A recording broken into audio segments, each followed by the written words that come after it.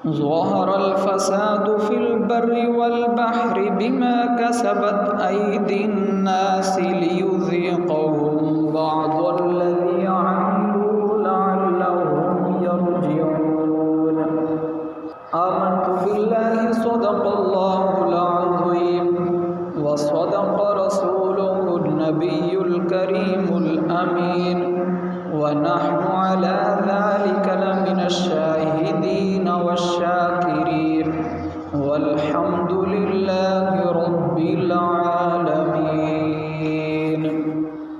حدیث شریف میں ہے، جس مسلمان کے پاس صدقہ کرنے کو کچھ نہ ہو وہ اپنی دعا میں یوں پڑھے، اللہم صلی علی محمد عبدک ورسولک وصلی علی المؤمنین والمؤمنات والمسلمین والمسلمات۔ فرمایا تو یہ زکوٰۃ ہے، اور مومن بھلائی سے سیر نہیں ہوتا یہاں تک کہ اس کا ٹھکانہ جنت ہو جائے۔ مومن بھلائی سے سیر نہیں ہوتا یہاں تک کہ اس کا ٹھکانہ جنت ہو جائے۔ اس حدیث مبارکہ میں بتایا گیا کہ ایک تو درود شریف پڑھنا چاہیے، اور دوسرا یہ کہ مومن کی نیکیوں میں حرص ہوتی ہے، مومن کی نیکیوں میں حرص ہوتی ہے۔ مومن بھلائی سے کبھی سیر نہیں ہوتا، وہ نیک کام کرتا ہے کرتا رہتا ہے یہاں تک کہ وہ ساری زندگی کرتا ہے، اور آخر کار اس کا ٹھکانہ جنت ہوتی ہے۔ الحمدللہ عز و جل شب برات آنے والی ہے، یہ بہت بابرکت رات ہے، عظمتوں والی رات ہے، دعاؤں کی قبولیت والی رات ہے، اور اس رات میں لوگوں کی بخشش کی جاتی ہے اور لوگوں کو معافیاں دی جاتی ہیں، اور اس رات میں اگلے شب برات تک لوگوں کے حساب کتاب وہ کیے جاتے ہیں۔ رزق کی تقسیم کاری جو ہے اللہ تعالیٰ کی طرف سے وہ فرشتوں کے حوالے کی جاتی ہے۔ حدیث شریف میں ہے، نبی کریم صلی اللہ علیہ وآلہ وسلم نے ارشاد فرمایا، 15 شعبان کی رات یعنی شب برات کو اللہ تعالیٰ کی طرف سے ایک پکارنے والا پکارتا ہے کوئی مغفرت والا، مغفرت چاہنے والا کہ اس کی مغفرت کی جائے، ہے کوئی سائل کہ اس کو عطا کیا جائے، سوائے بدکار عورت اور مشرک کے سب کی بخشش کر دی جاتی ہے۔ امام فخر الدین رازی رحمۃ اللہ علیہ تفسیر کبیر میں فرماتے ہیں، شب برات کی 5 خصوصیات ہیں، شب برات کی 5 خصوصیات ہیں۔ ان میں سے ایک خصوصیت یہ ہے کہ اس رات میں ہر حکمت والا کام بانٹ دیا جاتا ہے۔ ہر حکمت والے کام سے مراد کہ کون اس سال حج کرے گا، سبحان اللہ، کون خوش نصیب حج کرے گا، کون زندہ رہے گا، کس کی وفات ہوگی، تو اس طرح کے اور بھی جتنے کام ہوتے ہیں وہ فرشتوں کو ذمہ داریاں دے کے ان کی ڈیوٹیاں لگا دی جاتی ہیں۔ پھر فرمایا اس رات میں عبادت کے خصوصی فضائل ہیں۔ فرمایا مثلا اللہ پاک کے آخری نبی صلی اللہ علیہ وآلہ وسلم کی حدیث ہے کہ جو بندہ شب برات میں 100 رکعت نوافل پڑھے، اللہ پاک اس کے لیے 100 فرشتے بھیجتا ہے، اور ان میں سے 30 فرشتے اسے جنت کی بشارت دیتے ہیں، اور 30 فرشتے اسے جہنم سے آزادی کی خوشخبری سناتے ہیں، اور 30 فرشتے اسے دنیاوی آفات سے بچاتے ہیں، اور 10 فرشتے اس سے شیطان کی حفاظت کرتے ہیں، 10 فرشتے اس کی حفاظت کرتے ہیں شیطان سے۔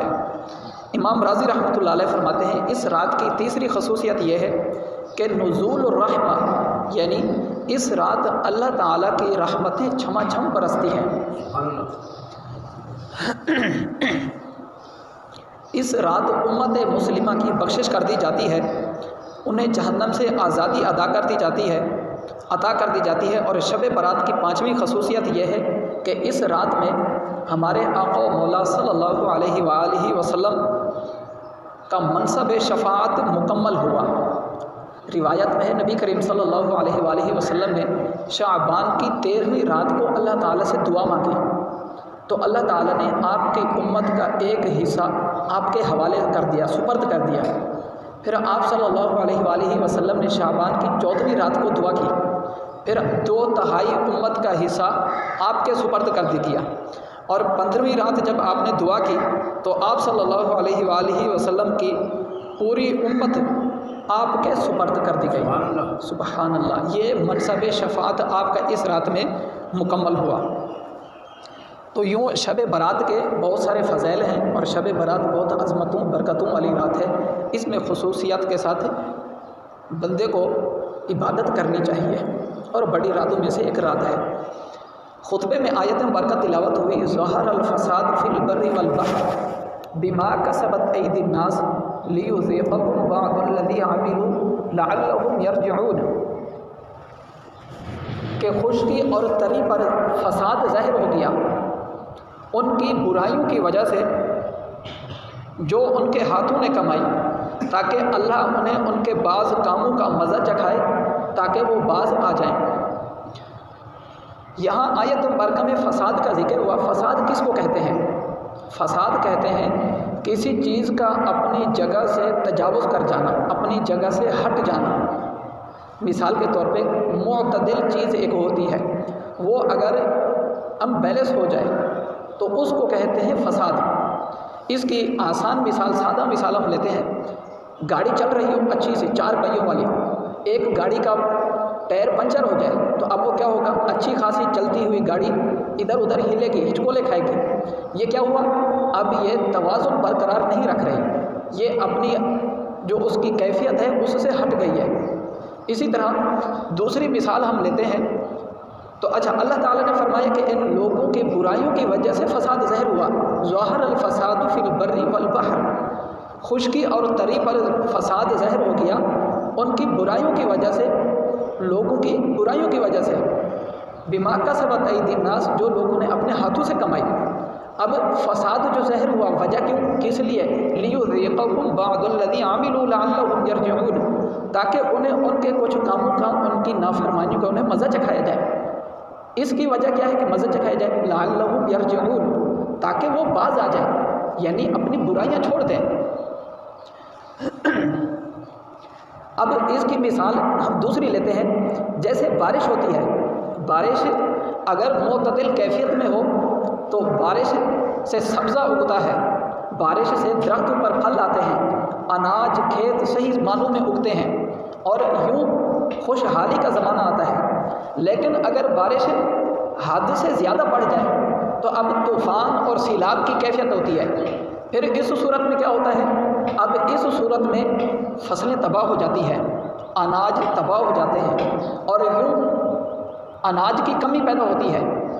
اور جب اناج کی کمی ہوتی ہے تو قحط سالی، خشک سالی آتی ہے، اور گاؤں دیہاتوں میں جہاں پر یہ چیزیں اگائی جاتی ہیں، فصلیں کھیت اگائے جاتے ہیں، وہاں سے مارکیٹوں میں سامان نہیں آتا، مارکیٹ میں سامان شارٹ ہو جاتا ہے، اور جو اسٹاک لوگوں نے دکانوں میں کیا ہوتا ہے وہ مہنگا بیچتے ہیں۔ یوں مہنگائی بھی آتی ہے، فصل کی کمی کا بھی سامنا کرنا پڑتا ہے، اسی طرح اور بھی کئی سارے مسائل کا سامنا کرنا پڑتا ہے۔ وجہ جو بارش ہوئی ہے وہ حد سے زیادہ تجاوز کر گئی ہے، وہ عذاب کی کیفیت میں بدل گئی ہے، رحمت کی صورت میں وہ نہیں رہی۔ رحمت اس صورت میں ہوتی کہ نارمل کیفیت میں ہوتی، اور کھیت، اناج، درخت، سبزیاں یہ اچھے انداز میں اگتے ہیں، لیکن جب طوفان سیلاب کی کیفیت ہو گئی تو اب وہ سب کچھ بدل گیا۔ تو یہ بارش کی مثال ہے۔ اسی طرح آج ہم دوسرا دیکھتے ہیں، آج کے زمانے کے حساب سے جس کو کہا جا رہا ہے کلائمیٹ چینج، یعنی موسمیاتی تبدیلی۔ سالہ سال سے ایک طرح کے موسم چلے آ رہے تھے، سردی کے موسم میں سردی ہوتی، گرمی کے موسم میں گرمی ہوتی، لیکن اب اس میں موسم میں تبدیلی آئی ہے۔ جب گرمی پڑتی ہے تو حد سے زیادہ، سردی پڑتی ہے تو حد سے زیادہ، اور جن مہینوں میں پہلے پڑتی تھی اب اس میں بھی کچھ تبدیلی ہوئی ہے، آگے پیچھے ہو گیا ہے۔ 2015 میں اتنی زیادہ گرمی پڑی تھی کہ کئی سارے لوگ ہیٹ اسٹروک سے فوت ہو گئے، ہارٹ اٹیک ہو گیا لوگوں کو۔ یہ کیا ہے؟ وہ کلائمیٹ چینج کا آغاز تھا اس ٹائم۔ بہرحال تو یہ بھی ایک طرح کی وہ تبدیلی ہے جس کو اللہ تعالیٰ نے ذکر فرمایا، ظہر الفساد فی البر والبحر بما کسبت ایدی الناس لیذیقہم بعض الذی عملوا لعلہم یرجعون۔ تو یہ کیا ہے؟ جو یہ تبدیلیاں، یہ اس طرح کے موسمیاتی مسائل، بارشوں کے مسائل، طوفان کے مسائل، اسی طرح پھر زلزلوں کی کثرت، روزی میں برکت نہ ہونا. لوگ بولتے ہیں ہزاروں لاکھوں کماتے ہیں لیکن نہ دل بھرتا ہے نہ برائی پوری ہوتی ہے. یہ وجہ ظہر الفساد فی البر والبحر بما کسبت ایدی الناس، یہ وہی بگاڑ جو پیدا ہو رہا ہے لوگوں کی برائیوں کی وجہ سے پیدا ہو رہا ہے. کس وجہ سے پیدا ہو رہا ہے؟ لوگوں کی برائیوں کی وجہ سے پیدا ہو رہا ہے. اور اس کو اللہ تعالیٰ نے ذکر فرمایا بما کسبت ایدی الناس، یہ لوگوں کے اپنے ہاتھوں کی کمائی ہے. یہ کیا ہے؟ لوگوں کی اپنے ہاتھوں کی کمائی ہے. پچھلے جمعہ کو بھی ایک بات ذکر کی تھی کہ جو لوگ زکوٰۃ ادا نہیں کرتے تو ان کو مسائل کا سامنا کرنا پڑتا ہے. وہاں ایک جگہ جہاں پلازے میں آگ لگی تھی، اس کے بعد سے یہاں شہر میں کئی مزید آگ جگہ پر لگ چکی ہے. ابھی رات ایک جگہ بتایا گیا، اس سے پہلے شیر شاہ کالونی میں بتایا گیا گودام میں آگ لگ گئی، کسی گاڑی کو آگ لگ گئی، پھر فیکٹری میں آگ لگ گئی، پھر وہاں لگ گئی. یہ کیا ہے؟ یہ جو حادثات اس طرح پیش آ رہے ہیں بما کسبت ایدی الناس، یہ لوگوں کے اپنے برائیوں کی وجہ سے ہے. اللہ تعالیٰ تو غفور الرحیم ہے، اللہ تعالیٰ غفور الرحیم ہے، اور اللہ تعالیٰ کسی پر ظلم بھی نہیں کرتا. اللہ تعالیٰ کسی پر ظلم نہیں کرتا کہ بلا وجہ کسی کو تکلیف میں مبتلا کرے. اللہ تعالیٰ تو غفور رحیم ہے، اللہ تعالیٰ غفور رحیم ہے. لیکن یہ جو لوگوں کے ساتھ مسائل پیش آ رہے ہیں یہ لوگوں کی اپنی برائیوں کی وجہ سے ہے. یہ کس وجہ سے ہے؟ لوگوں کی اپنی برائیوں کی وجہ سے ہے. اب لوگوں کی جو برائی ہوتی ہے، قرآن شریف میں ذکر کیا کہ آپ نافرمانی گناہوں کا اثر دیکھیں، یعنی گناہوں کی نحوست دیکھیں کہ اس کا اثر سمندر تک ہوتا ہے. نہیں سمجھے؟ اس کا اثر سمندروں، درختوں، جانوروں تک کو ہوتا ہے. ایک بندے کے گناہ کا اثر درختوں تک، جانوروں تک، سمندروں تک ہوتا ہے. قرآن میں دو چیزیں یہ ذکر کی، ظہر الفساد فی البر والبحر، فساد ظاہر ہو گیا خشکی اور تری پر. خشکی تو ہمیں سمجھ آتی ہے سوکھی زمین پر، تری سے مراد جہاں پانی ہے، سمندر ہے، وہاں کیسے فساد ظاہر ہو گیا؟ وہیں وہ بارش والا حساب یا سمندروں کا طوفان. اور حدیث شریف میں ہے، حضرت ابو قتادہ رضی اللہ عنہ فرماتے ہیں ہم نبی کریم صلی اللہ علیہ وآلہ وسلم کے ساتھ آپ کی مجلس میں تھے. حدیث بڑی توجہ طلب ہے، غور کریں کہ لوگوں کے گناہوں کی جو وجہ ہوتی ہے، وہ اثر ہوتا ہے، وہ کہاں تک ہوتا ہے. صحابی فرماتے ہیں ہم نبی کریم صلی اللہ علیہ وآلہ وسلم کے ساتھ آپ کی مجلس میں تھے، وہاں سے ایک جنازہ گزرا. نبی کریم صلی اللہ علیہ وآلہ وسلم نے ارشاد فرمایا مستریح او مستراح منہ، یعنی یا تو یہ راحت پا گیا یا اس سے راحت مل گئی. اب اس حدیث کی آگے مزید وضاحت سنیں. یا مستریح، یا تو یہ راحت پا گیا، او مستراح منہ، یا اس سے راحت مل گئی. صحابی کہتے ہیں ہم نے عرض کی یا رسول اللہ یہ راحت پا گیا، یہ تو ہمیں سمجھ آتا ہے، یہ تو ہمیں سمجھ آتا ہے، لیکن اس سے راحت مل گئی یہ کیسے؟ یہ ہمیں سمجھ نہیں آیا، سمجھائیے. نبی کریم صلی اللہ علیہ وآلہ وسلم نے ارشاد فرمایا جب مومن بندہ فوت ہوتا ہے تو وہ دنیا کی مصیبتوں سے، آفات سے، پریشانیوں سے نجات پا جاتا ہے. مومن بندہ جب فوت ہوتا ہے تو وہ دنیا کی مصیبتوں سے کیا ہوتا ہے؟ نجات پا جاتا ہے. اور جب فاسق، فاجر، گنہگار وہ فوت ہوتا ہے تو اس کے فوت ہونے کی وجہ سے جو درختوں، جانوروں، ان کے گناہوں کا جو اثر اس پر ہوتا ہے، درختوں پر، جانوروں پر، وہ اس سے راحت میں آ جاتے ہیں. کیا؟ وہ اس سے راحت میں آ جاتے ہیں. جب بندہ مومن فوت ہو تو وہ خود سکون میں آ جاتا ہے کہ دنیا کی پریشانیوں سے اب نجات مل گئی. لیکن فاسق، فاجر بندہ فوت ہو تو اس کے فوت ہونے پر کیا ہوتا ہے؟ درخت، جانور اس سے راحت پاتے ہیں. یہ حدیث کے الفاظ ہیں. یہ کیا ہے؟ حدیث کے الفاظ ہیں. اندازہ لگائیں کہ ایک انسان کے گناہ، ان کی نحوست اور ان کا اثر کہاں تک ہوتا ہے؟ درختوں تک پر اس کا اثر ہوتا ہے، جانوروں تک اس پر اثر ہوتا ہے. اور جب ایسا گناہ گار بندہ فوت ہو جائے تو شہر کے شہر وہ سکون میں آ جاتے ہیں، جانور سکون میں آ جاتے ہیں، درخت سکون میں آ جاتے ہیں. یہ حدیث کے الفاظ ذکر کیے گئے. مثال کے طور پہ کوئی ایسا بہت بڑا فسادی بندہ فوت ہو جائے جس نے پورے شہر میں کوئی تباہی مچا رکھی تھی، یوں سمجھ لیں کارکنوں کے ذریعے، اپنے کسی اس کے اثر و رسوخ کے ذریعے وہ بندہ فوت ہو جائے اس کا دم ختم ہو گیا، اب پورا شہر سکون میں آ گیا۔ یہ گنہگار کی مثال ہے۔ حضرت مجاہد رحمۃ اللہ علیہ فرماتے ہیں جب قحط شدت اختیار کرتا ہے تو جانور گنہگار لوگوں پر لعنت کرتے ہیں۔ حضرت مجاہد رحمۃ اللہ علیہ کیا فرماتے ہیں؟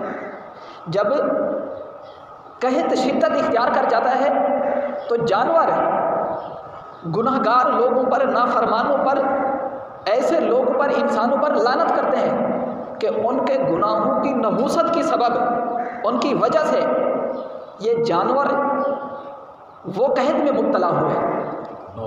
مثال کے طور پہ اگر بارش نہیں ہوئی، گھاس سبزہ نہیں اگ رہا، قحط شدت اختیار کر کیا، وہ قحط کیوں آیا، بارش کیوں رکی؟ حدیثوں میں ہے کہ جب لوگوں کے گناہ حد سے زیادہ تجاوز ہو جاتے اللہ تعالیٰ اس طرح کے عذابات نازل فرماتا ہے، اللہ تعالیٰ اس طرح کے عذابات نازل فرماتا ہے، اور اس کی وجہ سے جانور تکلیف میں آ جاتے ہیں، جانور تکلیف میں آ جاتے ہیں، درختوں کو پانی نہیں ملتا۔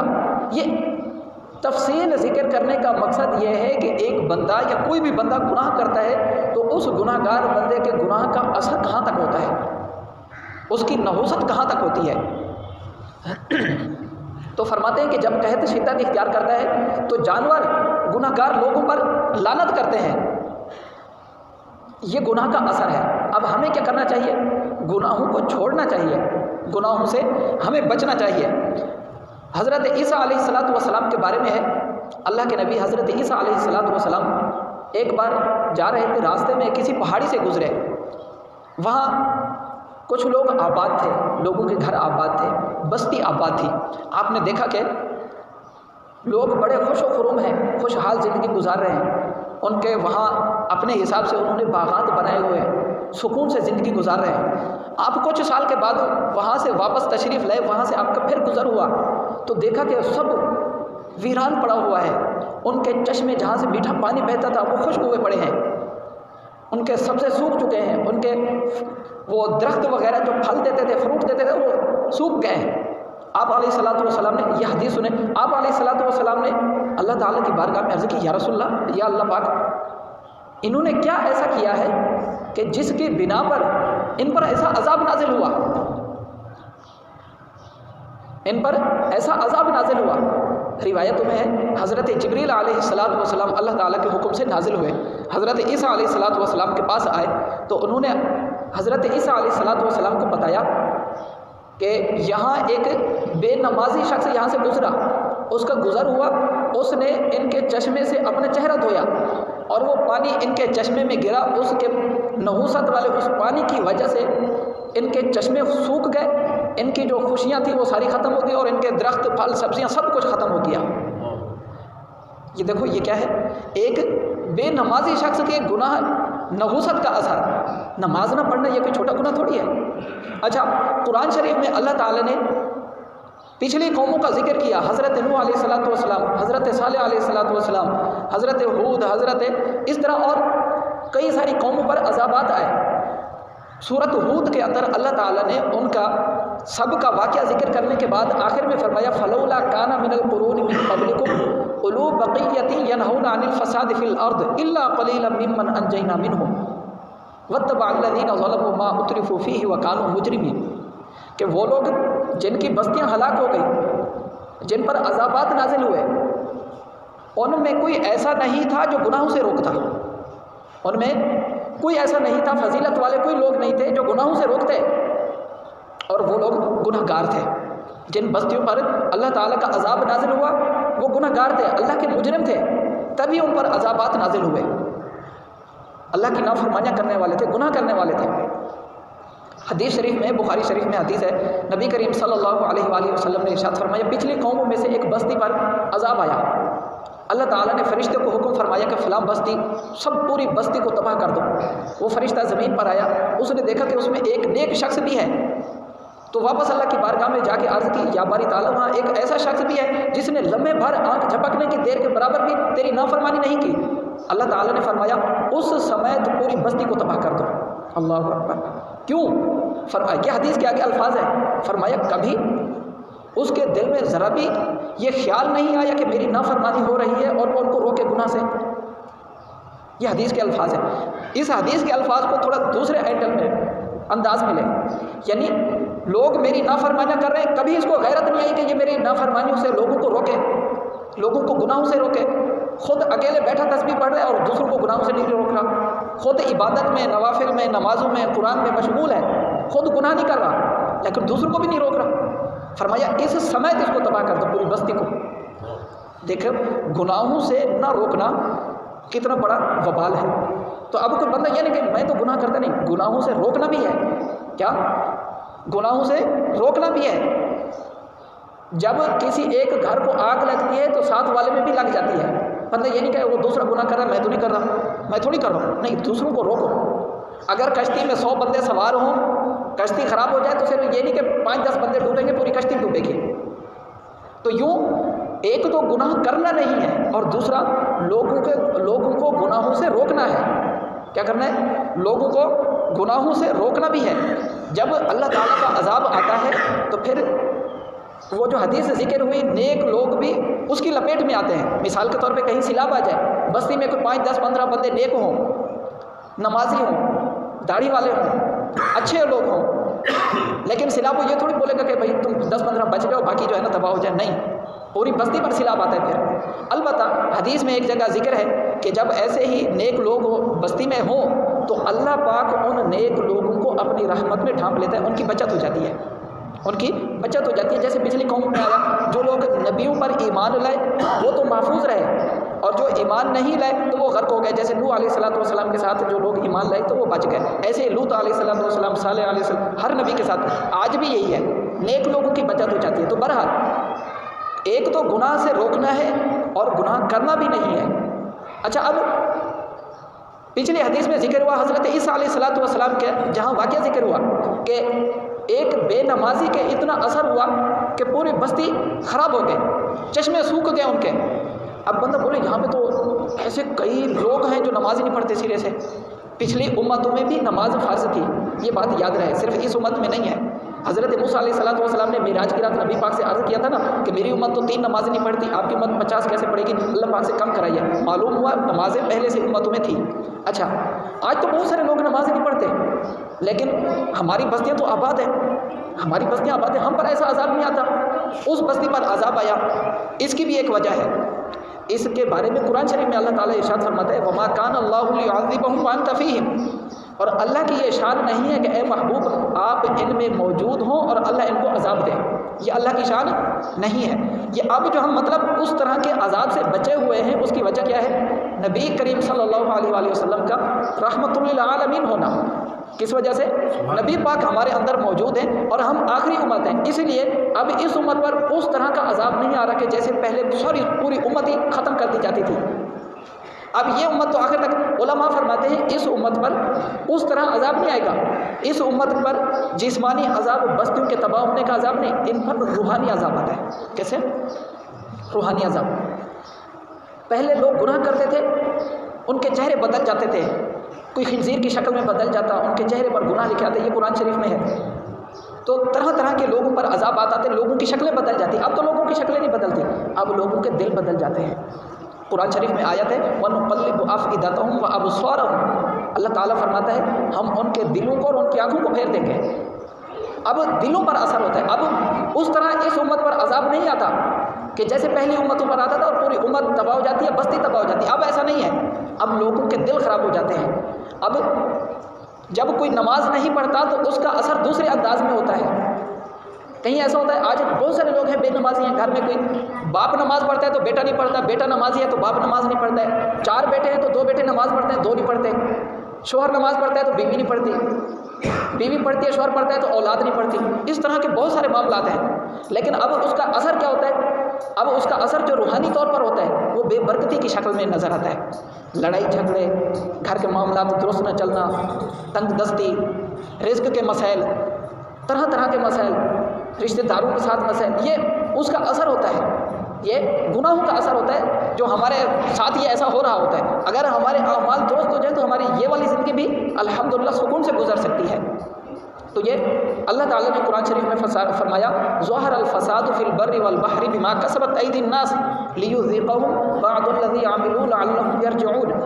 خشکی اور تری میں فساد ظاہر ہو گیا ان لوگوں کی برائیوں کی وجہ سے جو جن لوگوں کے اپنے ہاتھوں نے کمایا، لیذیقہم بعض الذی عملوا، تاکہ اللہ ان کے کام کا انہیں مزہ چکھائے، لعلہم یرجعون، تاکہ وہ باز آ جائے۔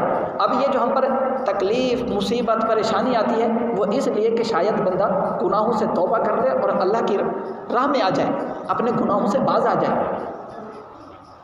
تو ہمیں گناہ ایک تو کرنا نہیں ہے، اور دوسرا لوگوں کو گناہوں سے روکنا بھی ہے، اور گناہوں کی نحوست ہوتی ہے جس کا ذکر پہلے حدیثوں میں ہم کر چکے ہیں کہ اس کا اثر صرف بندے کے اپنے ذات پر نہیں ہوتا بلکہ ارد گرد بھی ہوتا ہے، پورے معاشرے پر اس کا اثر ہوتا ہے، گناہ کا اثر پورے معاشرے پر ہوتا ہے۔ مثال کے طور پہ ایک چھوٹی سی مثال، کوئی بندہ شراب پیتا ہے، وہ بندہ ایک شراب پی رہا ہے، اس کا اثر پورے معاشرے پر ہو رہا ہے۔ شراب پی رہا ہے، نشے کا عادی ہو گیا، اس کے گھر والے اس سے پریشان، جہاں سے شراب خرید رہا ہے، اگر نشے کی حالت میں کسی کو قتل کر دے، جس کو قتل کیا وہ گھر کا واحد کفیل ہو، کوئی ایسا بندہ ہو، یہ کیا ہے، اب یہ مزید اس کو جتنا دیکھتے جائیں یہ پھیلتا جائے گا۔ گناہ ایک ہے، اس لیے گناہ کا اثر جو ہوتا ہے اس کی نحوست بہت زیادہ ہوتی ہے۔ گناہ سے بچنا چاہیے، اللہ تعالیٰ کی نافرمانی نہیں کرنا چاہیے، خود بھی بچیں، دوسروں کو بھی بچائیں۔ اللہ پاک سے دعا ہے اللہ پاک ہمیں سمجھ کر عمل کی توفیق عطا فرمائے۔ وما علینا الا البلاغ المبین، سنت ادا فرما لیجیے۔